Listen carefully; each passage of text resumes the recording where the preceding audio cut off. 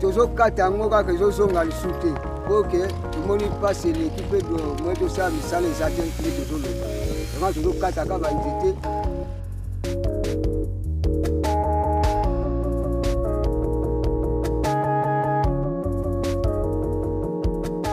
Dans le bassin du Congo se trouve la deuxième plus grande forêt primaire du monde, après l'Amazonie. Mais cette forêt est menacée. Le pays connaît une forte croissance démographique.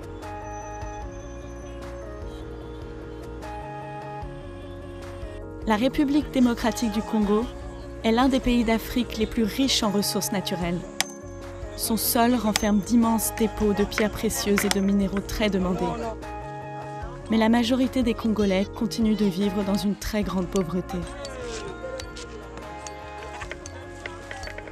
On peut les chiffrer à 40 millions, 50 millions d'habitants qui ne dépendent que de ces forêts. Au lieu de tirer bénéfice de leurs produits forestiers non lignés, il y a risque que ces communautés se retrouvent avec rien, avec des espaces dégarnis.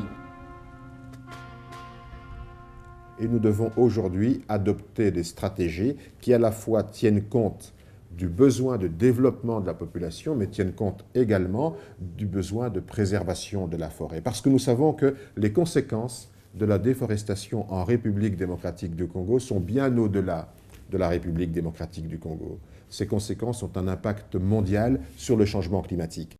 Heureusement, des initiatives qui tiennent compte de cette double nécessité, protection de la forêt et développement économique, existent déjà. Et le mécanisme international REDD+ s'imbrique localement avec certains projets, dont Novacel. Novacel est une société privée qui gère un projet REDD+ en RDC. La principale zone d'action de ce projet est sur le plateau d'Ibi-Bateke. Dans cette savane, une large bande d'arbres ponctue le paysage. Une forêt créée de toutes parts. On est dans les puits de carbone Ibi-Bateke. On a 1500 hectares d'acacias plantés. Et avant, c'était la savane. Dès qu'on a des financements, d'autres financements, on va continuer à planter. Et toute cette savane, ça sera une grande forêt. Grâce à sa vaste forêt, Novacel acquiert des crédits carbone. Mais Novacel produit également de grandes quantités de charbon durable, c'est-à-dire du charbon dont la production est ensuite compensée par le replantage d'arbres. Et pour l'instant, nous sommes dans le puits de carbone d'Ibi Village, plus précisément dans les sous-blocs A9 sud-ouest plutôt. Tout commence d'abord par le lotissement. Après avoir vu sa parcelle, le client est obligé à suivre plusieurs étapes pour produire le charbon du bois. Ça, l'effort qu'on est en train de faire, c'est qu'on est en train d'appeler les charbonniers qui travaillaient peut-être dans les villages. Comme ils n'ont pas l'argent pour acheter peut-être le bois, nous leur donnons gratuitement le bois. Quand ils vont travailler, ils vont restituer juste le pourcentage. Tout ça, c'est juste pour qu'ils puissent cesser de faire la pression sur la forêt qui viennent déforester ici chez nous. Kinshasa consomme également 1000 tonnes de manioc par jour. Et les champs de manioc empiètent énormément sur les forêts.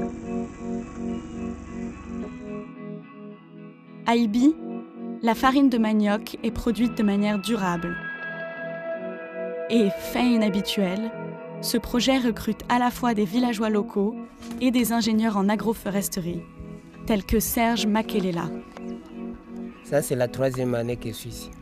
Avant ceci, j'étais à Kinshasa, je faisais autre chose comme secrétaire. Et après que les choses n'ont pas marché, c'est un bon projet. C'est un bon projet parce que ce projet a été conçu pour avoir de l'huile, pour avoir de l'argent. Nous vivons en harmonie avec les populations et toutes les techniques agroforestières que nous faisons ici, c'est ce que nous les apprenons. On est en communion avec eux. Le projet d'Ibi montre que développement et lutte contre la déforestation peuvent très bien aller de pair. Ici, le reboisement permet de meilleures récoltes et contribue donc largement à renforcer la sécurité alimentaire, à un meilleur accès à l'énergie, créer des emplois et améliore les conditions de vie de chacun et donc la cohésion sociale. Mais le problème dépasse le plateau des Bateke. À cause de la demande constante de la capitale en manioc et en charbon, le front de la déforestation s'étend de plus en plus à toute la région, en direction de la forêt primaire du bassin du Congo, située à des centaines de kilomètres au nord. Est-ce que REDD+ est réellement équipé pour endiguer ce phénomène ? Aujourd'hui, dans la discussion de la mise en place de la stratégie REDD, on parle de 5 $ par tonne pour le CO2. Les calculs que nous avons faits ont démontré que si on veut atteindre un seuil de rentabilité même minime, il faudrait qu'on soit au moins entre 15 et 20 $. Donc il y a encore un grand travail à faire. Or, selon mon point de vue personnel, ces fameux crédits REDD, ces fameux crédits carbone, vont faire appel à cette solidarité internationale. Ce n'est pas de la philanthropie, c'est du business. REDD+ permet à Novacell d'être économiquement viable. Mais la communauté internationale doit renforcer son engagement afin de pouvoir transformer ce type d'initiative locale en mesure nationale. Et comme partout, il est crucial que le gouvernement s'engage réellement afin que ce processus ne soit pas cantonné à l'échelle locale. Dans ce domaine, la RDC est en avance sur les autres pays. Et c'est REDD+, telle qu'elle a été définie par la Convention cadre des Nations Unies sur le changement climatique, qui a rendu ça possible.